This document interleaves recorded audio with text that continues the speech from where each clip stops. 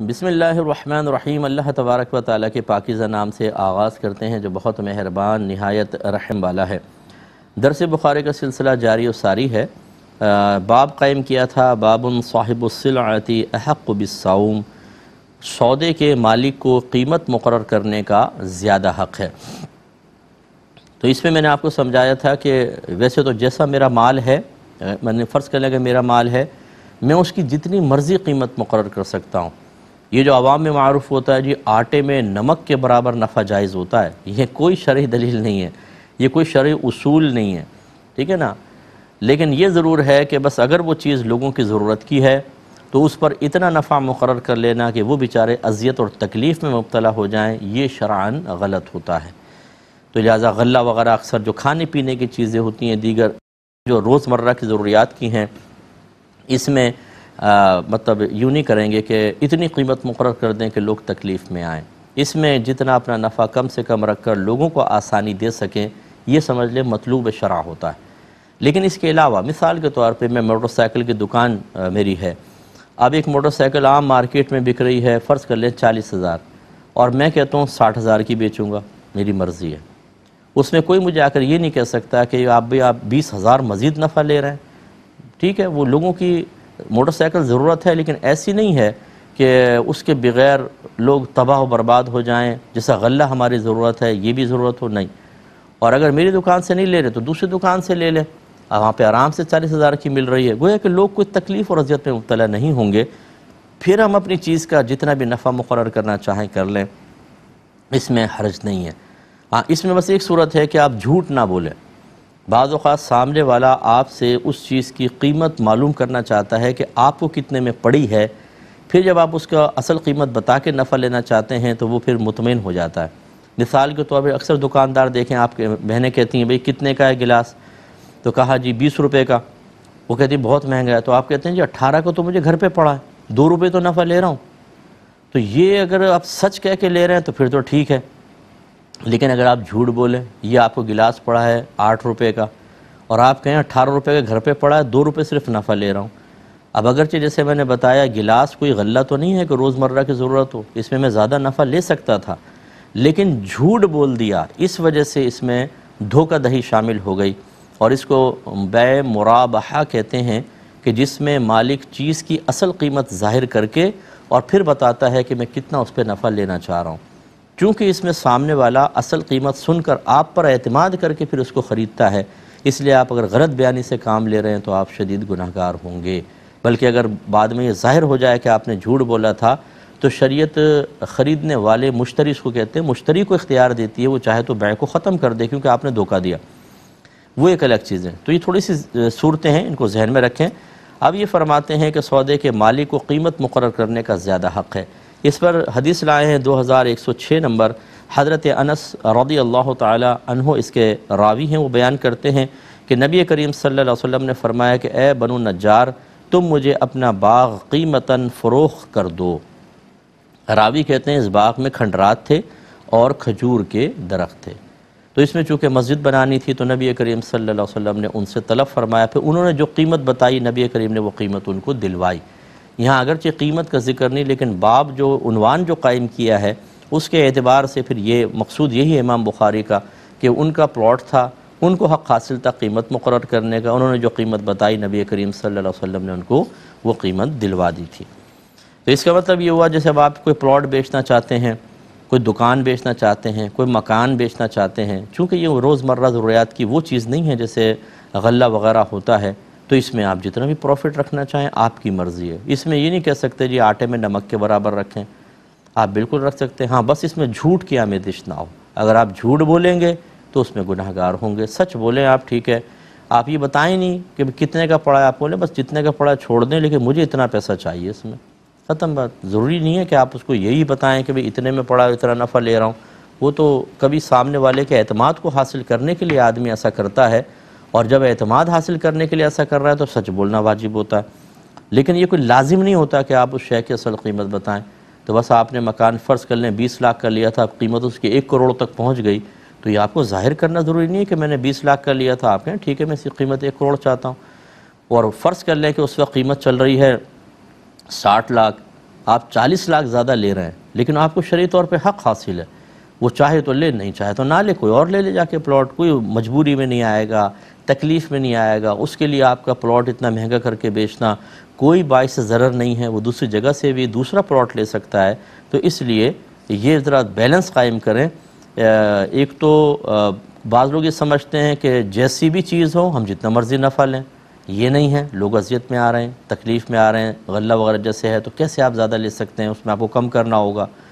اور بعض جو یہ کہتے ہیں کہ جی آٹے میں نمک کے برابر بس نفع جائز ہے باقی نہیں، یہ بھی غلط کرتے ہیں۔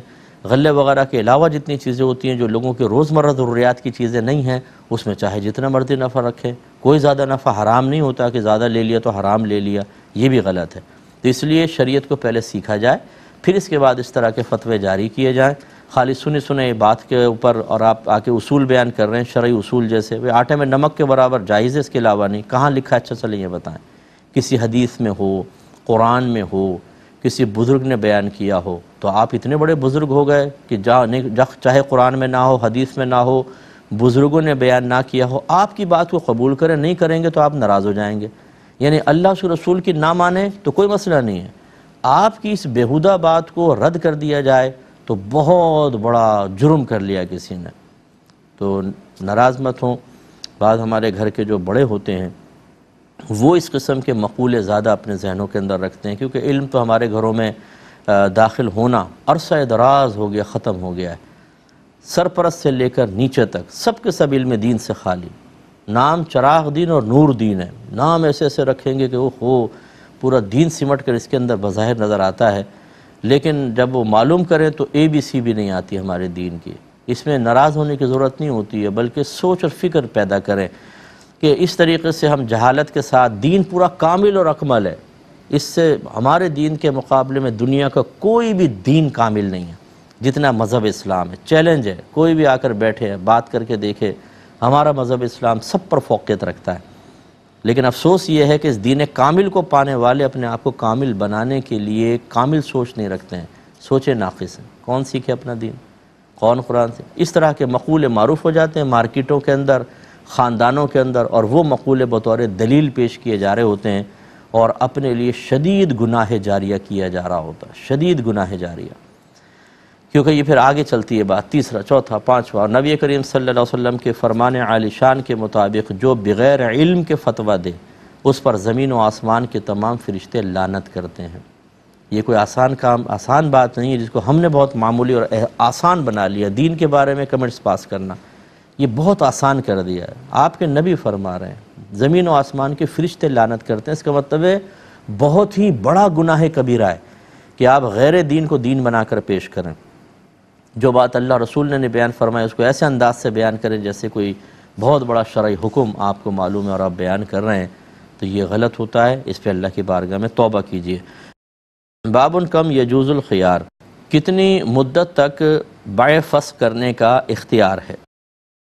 حدیث نمبر ہے 2107۔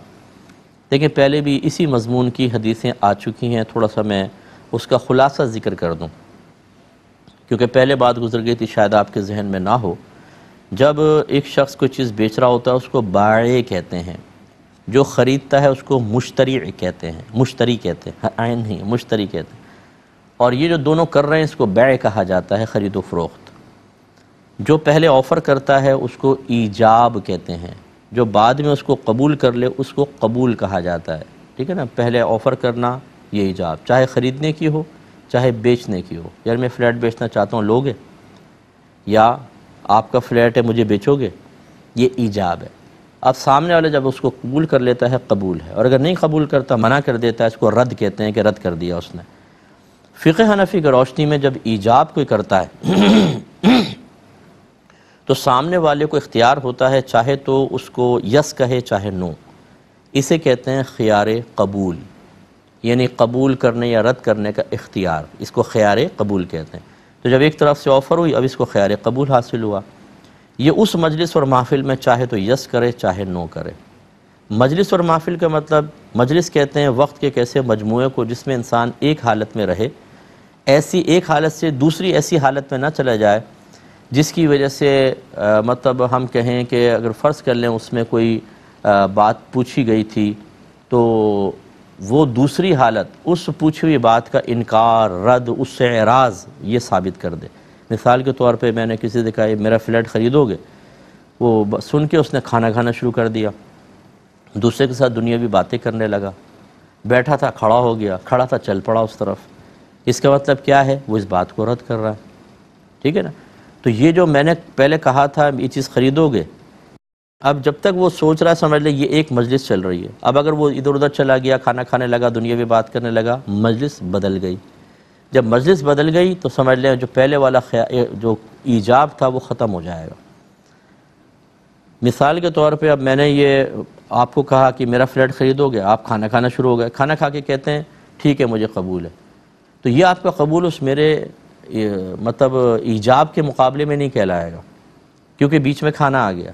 اب آپ نے کہا مجھے قبول ہے، میں نے کہا میں تو نہیں بیچتا ہوں، تو آپ نے کہا بھئی تم نے کہا تو تھا، لیکن بیچ میں چونکہ کھانا آ گیا، مجلس بدل گئی، اب نیا ایجاب اور قبول ہوگا۔ اور میں نے آپ کو پہلے بتایا کہ جو پہلے کہتا ہے اس کو ایجاب کہتے ہیں، چونکہ بیچ میں کھانا آیا، پہلے والا ایجاب تو گیا، اب آپ کہتے ہیں یس میں خرید رہا ہوں، یہ ہے ایجاب، اب مجھے اختیار ہوگا قبول کا۔ تو شریعت یہ کہتی ہے کہ جب ایک دفعہ ایجاب ہوا، اسی مجلس میں دوسرے کو قبول کا اختیار ہے، جب تک وہ قبول نہ کرے۔ تو اس کا مطلب ہے دیکھیں اس کا قول ہے یس، ابھی اس کا قول کچھ بھی نہیں، یا تو یہ نو کر دے یا کچھ بھی نہ کرے، اٹھ کے جیسے چل پڑا، تو قول متفرق ہو گئے، ایک جیسے تو نہیں ہو، ادھر یس ادھر سے بھی یس، اب ایک جیسے ہوں گے۔ جب تک یہ قول متفرق رہیں گے یہ سودا پکا نہیں ہوگا۔ یہ ہے فقہ حنفی کا اصول۔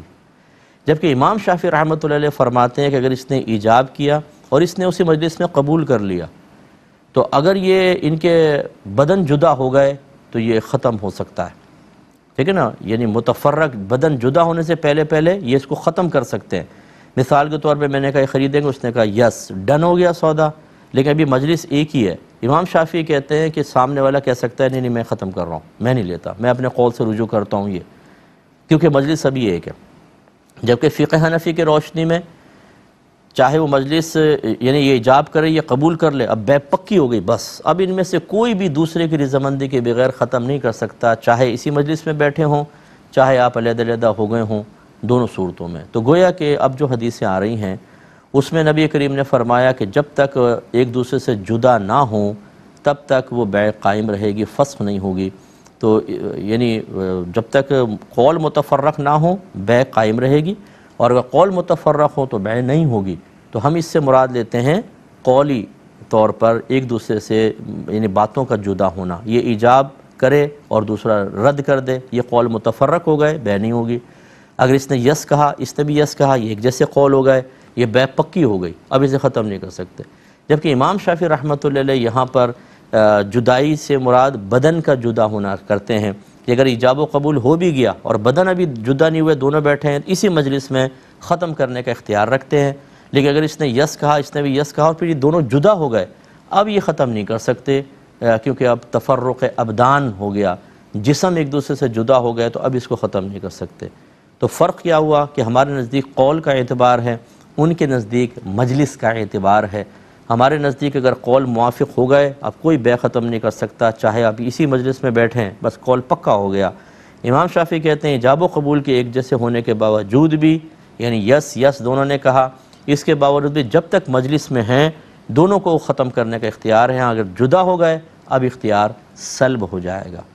تو ہمارا قول اس لیے زیادہ مضبوط ہے کہ مومن کا اقرار بہت بڑی دلیل سمجھا گیا ہے، اور دیگر بھی دلائل تھے، میں نے حدیثیں آپ کو عرض کی تھیں، لیکن مومن کا اقرار بہت بڑی دلیل ہے۔ اور ہم یہ کہتے ہیں کہ جب یہ آفر کی اس نے میرا فلیٹ خریدو گے اتنے میں، اس نے کہا یس، تو جیسے ہی ایجاب و قبول ہوتا ہے اس کا حق میرے فلیٹ کے ساتھ وابستہ ہو جائے گا، اور میرا حق اس کی قیمت کے ساتھ وابستہ ہو جائے گا۔ اب اگر کسی کو دوسرے کو سامنے والے کے مرضی کے بغیر سودا ختم کرنے کا اختیار مل جائے، تو گویا کہ جو اس کا حق اس کے مال کے ساتھ وابستہ ہوا تھا، یہ اس کے حق کو سلب کر رہا ہے، اور یہ شرعاً جائز نہیں کہ آپ کسی کی اجازت کے بغیر اس کے حق کو سلب کر لیں، اس لیے دونوں کا حق قائم ہو گیا۔ ہاں اگر دونوں راضی ہو جائیں کہ ہم اس سودے کو ختم کریں، اس کو ہمارے نزدیک اقالہ کہتے ہیں، وہ شرعاً جائز ہے کہ ٹھیک ہے باہم رضامندی سے سودا ہوا تھا، باہم رضامندی سے ختم۔ لیکن امام شافعی تو یہ کہتے ہیں کہ ایجاب و قبول ہو بھی گیا، ابھی مجلس میں بیٹھے ہیں، جدا نہیں ہوئے، چاہے دوسرا راضی ہو نہ ہو یہ ختم کر سکتا ہے، یا یہ راضی ہے وہ ختم کر سکتا ہے۔ تو اس میں ہم یہ کہتے ہیں کہ حقوق سلب ہو رہے ہیں۔ تو یہ مسائل ہیں، ذہن میں رکھیے۔ اور ضمناً بس یہ عرض کر دیتا ہوں کہ فقہ حنفی کی روشنی میں یہ بیانہ لینا یا مطلب پیمنٹ کر دینا، ڈاؤن پیمنٹ تھوڑی سی کر دینا، اس کی کوئی شرعی حیثیت نہیں ہے، یا ڈاکومنٹس بنا لینا، یعنی یہ اس کی شرعی طور پہ مطالبہ نہیں ہے ان کا کوئی۔ یہ قانونی اعتبار سے ہو سکتا ہے، ہمارے عرف کے اعتبار سے ایجاب و قبول۔ اس نے کہا لوگے، اس نے کہا یس، پکا ہو گیا سودا، چاہے اس نے ایڈوانس نہ دیا ہو، کوئی بیانہ نہ رکھوایا ہو، سودا پکا۔ مومن کی بات کے اوپر ہماری شریعت کہتی ہے کہ بس مضبوطی ہوگی۔ ہاں یہ الگ بات ہے اگر دونوں راضی ہیں تو وہ بیانہ دے دے، ٹھیک ہے، لیکن یہ کہ اگر بیانہ نہیں دیا اور چلے گئے، سودا پکا ہو گیا، بعد میں آپ کہہ رہے ہیں میں آ رہا ہوں قیمت دینے، آپ نے کہا نہیں بھی چونکہ آپ نے بیانہ نہیں دیا تھا میں نے تو کسی اور سے سودا کر لیا۔ نہیں کر سکتے ہیں، کریں گے تو گناہگار ہوں گے، اور بروز قیامت اس کا حق سلب کرنے کی بنا پر آپ کو میدان محشر میں اس کے سامنے کھڑا کیا جائے گا، جواب دہ ہونا پڑے گا۔ اس لیے میں اپنے بھائی بہنوں سے اکثر گزارش کرتا ہوں کہ یہ خرید و فروخت کے مسائل چونکہ زیادہ ہماری نگاہوں سے گزرتے نہیں ہیں، زیادہ عمومی طور پر آپ مسجد میں شاید ہی کبھی آپ نے جمعے کے بیان میں خرید و فروخت کے کوئی مسائل سنے ہوں، پوری زندگی گزر جائے گی آپ کی نہیں سنیں گے، کیونکہ ہمارے ہاں مطلب عجیب و غریب صورتحال ہے کہ جو عوامی ضرورت کی چیزیں ہیں وہ اکثر ڈسکس نہیں ہوتی ہیں، حالانکہ ہونی چاہیے۔ تو اس لیے ہم ان سے دور ہوتے ہیں مسائل سے۔ جب بھی ایسا کوئی مسئلہ آئے فوراً کسی عالم دین، اچھے مفتی صاحب، بلکہ عالم دین بھی نہیں، مفتی صاحب، ان مستند مفتی صاحب سے آپ بات کریں کہ میں یہ چیز فروخت کرنا چاہتا ہوں، ان کنڈیشنز کے ساتھ، ان شرائط کے ساتھ، صحیح ہے کہ نہیں۔ کاروبار میں انویسٹمنٹ کرنا چاہیں پہلے آپ پرمیشن لے لیں، اس کے بعد کریں، مطمئن رہیں گے، ورنہ کئی سالوں بعد پتہ چلے گا کہ حرام کھا رہے تھے، سود کھایا ہے آپ نے، اپنی اولاد کے پیٹ میں آپ سود کھلا رہے تھے اور آپ کو پتہ ہی نہیں تھا۔ پھر بڑے بھولے پن سے کہتے ہیں ہمیں تو معلوم ہی نہیں تھا۔ تو معلوم نہیں تھا بھائی جان معلوم کرتے۔ شادی بیاہ کی رسمیں ساری معلوم ہے، ایک ایک چیز، دادی کا جوڑا بھی آئے گا، نانی کا جوڑا، مامی کا جوڑا بھی آئے گا، اور پھپھی کی لونگ بھی آئے گی، اور ہمارے ہاں تو جی وہ مٹھائی کا ٹوکرا اور اس کے اندر بالو شاہی ضرور ہوتی ہے، ایک ایک چیز پتہ ہوگی۔ دین کے معاملے میں بالکل معلوم نہیں ہوگا۔ یہ خواتین کو خاص طور پہ میں عرض کر رہا ہوں کہ آپ ہر چیز کی معلومات رکھتی ہیں، تو یہ بھولے پن سے یہ نہ کہیں کہ جی ہمیں نہیں معلوم تھا، بھئی سیکھا کیوں نہیں ہے؟ شریعت نے واجب قرار دیا ہے، اور اگر آپ نے سیکھا نہیں، بہت سے علوم ہوتے ہیں کہ فوری سیکھنا لازم نہیں ہوتے، لیکن جب ضرورت پڑے اس وقت سیکھنا ان کو لازم ہوتا ہے۔ اسی لیے علم دو طرح کا ہوتا ہے، فرض عین، فرض کفایہ۔ فرض عین تو جو ہر عاقل بالغ مسلمان مرد و عورت کو سیکھنا لازم ہے، اس میں ضرورت نہیں دیکھی جاتی، سیکھنا لازم ہے۔ فرض کفایہ جب ضرورت ہو تب آپ سیکھ لیں۔ تو اس لیے انشاءاللہ اس پہ ہم کلام کریں گے، اگلے پروگرام میں حدیثیں ذکر کریں گے۔ وآخر دعوانا ان الحمدللہ رب العالمین۔